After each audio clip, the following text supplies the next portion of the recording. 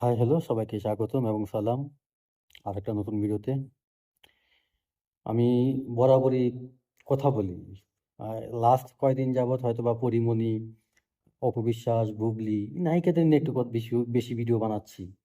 Actually এই টপিকগুলো সামনে চলে আসে। কোনো না কোনোভাবে সামনে চলে আসে। এইজন্য আমাকে এই টপিক নিয়েই কাজ করতে হচ্ছে বা ভিডিও বানাতে হচ্ছে বা কথা বলতে হচ্ছে। সে এই ধানমন্ডি ক্লাবে যেয়ে মদ খাইছে, মাতলামি করছে, ভাঙচুর করছে। এটার একটা তদন্ত রিপোর্ট দিছে আরকি হাইকোর্ট। আমার কাছে ওইখানে প্রায় ৮৭,০০০ টাকার মদ খাইছে ঐদিন পরীমনি। খাওয়ার পরে সেখানে উনি বাসায় নিয়ে আসবে পার্সেল চাইছে, পার্সেল দেয় নাই, এইজন্য ভাঙচুর করছে। যাই হোক, এটা তো আছেই। আরেকটা ভিডিও নিয়ে কথা বলি। পরীমনি রিসেন্ট গেছে কাল কি এর আগের দিন আ একটা ভিডিও আপলোড করছে পরীমনি। তার ছেলে তার চুল কি জানি করে দিচ্ছে। ঠিক কিছুক্ষণ পরেই দেখি এটা নিয়ে নিউজ হয়ে গেছে। তাও আবার কি a channel I online forum করছে, সময় নিউজ করছে, তারপর সময়ের গল্প করছে, তারপর আ যুগান্তর নাকি ইত্তেফাক করছে। নিউজ হয়ে গেছে কয়েকটা পত্রিকায় বা কয়েকটা নিউজ পোর্টাল চ্যানেলে। মাথার উপর কাক, আমি তো অবাক পুরা। হাইরে! ও পরি পরিমনি পেইজে জাস্ট ভিডিওস আছে এটা নিয়েও নিউজ হয়ে গেছে। এবার বুঝেন ওই সাংবাদিক পরিমনিকে কতটা চায়, কিভাবে চায়, কিভাবে পায়, কিভাবে তেল মারতে হয় একটু আইসেন সময় দিয়ে। এগুলার জন্য। নিউজগুলো আসলে কি? এত তেল মাখার কারণ কি? আমাদের বাংলাদেশে এখন হাইব্রিড নায়িকা পরীমনি।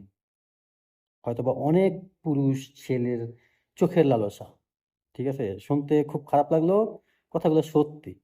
হয়তোবা আমার এই ভিডিওটা যদি কোনো মেয়ে দেখে তার কাছে খারাপ লাগবে। আর যদি ছেলে দেখে, ছেলেগুলো বলবে, "হ্যাঁ, মনের কথা বলছেন ভাই।" চোখের লালসা। আসলে এই হাইব্রিড নায়িকা বা যাই বলি, আমার উনি তো পুরাই আমার মতো মুরুক্ষ। কথাগুলা কেমনে মানে ওভার রিঅ্যাক্ট কেমন ন্যাকামোপানা কইরা কথা বলে আমার খুবই বিরক্ত লাগে রে ভাই। তো এই হলুদ সাংবাদিক বলেন বা এই যে উনি মদ খাইছে ৳৮৭,০০০ সেটার জন্য ভাঙচুর করছে, এগুলা বলেন যাই নিউজ হয়, যাই চোখের সামনে আসে দেখি কথা বলি, এতটুকুই। এই ২ টা টপিক নিয়ে একটা ভিডিওতে আমি কথা বলতেছি। ২ টা ভিডিও বানানো সম্ভব না। ১ম এ কথা বলি অ্যাম যে বোট ক্লাবে উনি ভাঙচুর করছে, ৳২৭,০০০ মদ খাইছে, পার্সেল চাইছে, দেয় নাই। এগুলার কি কোনো বিচার নাই? এক্সাম্পল দিচ্ছি, সাধারণত আমি আর আপনি একটা মদের খালি বোতল নিয়ে রাস্তায় হাঁটেন বা নরমালি পুলিশ আমাদেরকে ধরবে, হাইকোর্ট পর্যন্ত নিয়ে যাবো। ১৪ শিক ঘুরাইয়া নিয়া অনেক কিছু করে ফেলাইবো। এখন বলবেন পরীমনি কি জেলে যায় নাই? জেল খাটেনি? খাটছে ভাই। কি খাটা খাটছে এটা আমি জানি। আপনিও জানেন। কোথায় জেল খাটছে, কি করছে এগুলো আপনিও জানেন, আমিও জানি।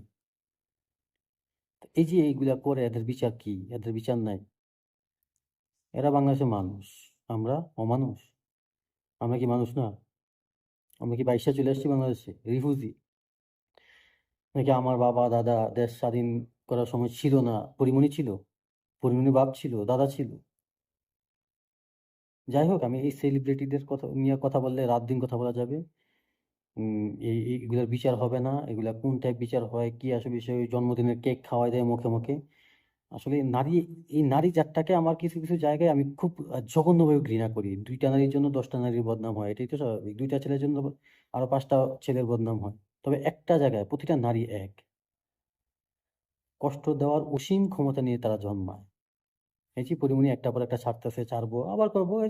এর তো বিজনেসই এটা। এরে দেখে, দেখে আরো অনেক মেয়েরা ইন্সপায়ার হয়। আমার পরিচিতই আছে। আমার মনে হয় ওই মানুষটাও ওই পরিমণিদের দেখে, দেখে ইন্সপায়ার হয়। আমার পরিচিতি আছে। সে কদিন পর, পরই বয়ফ্রেন্ড চেঞ্জ করবো। কদিন পর, পরে তার ফিলিংস চেঞ্জ করবো। কয়দিন পর, পরে তার রুচি চেঞ্জ হবে। আমি আমি মনে করি সে পরিমণিকে আইডল মনে করে। আমিও তো একটা পরিমণি। ওই যে হলুদ সাংবাদিক এদের নিয়ে আমি কত পচামো। এদের গালি দিতে, দিতে, দিতে মনে, মনে প্রচুর গালি দিই। মনে, মনে গালি দিলে কি পাপ হয়? জানি না আমি। কমেন্ট বক্সে জানেন। মনে, মনে গালি দিলে কি পাপ হয়? যদি পাপ হয় তাহলে কমায় দিমু। মানে জঘন্য গালিগুলা দিমু না।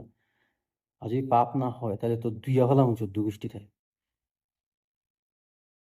সবকিছুর জন্য সরি। আমার ভিডিওর কোনো জায়গায় কোনো কিছুর জন্য কষ্ট পাইলে, মন খারাপ হইলে আমি দুঃখিত। সবাই ভালো থাকবেন, সুস্থ থাকবেন। আল্লাহ হাফেজ। আর হ্যাঁ, মন চাইলে লাইক, কমেন্টস, শেয়ার। করতে পারেন।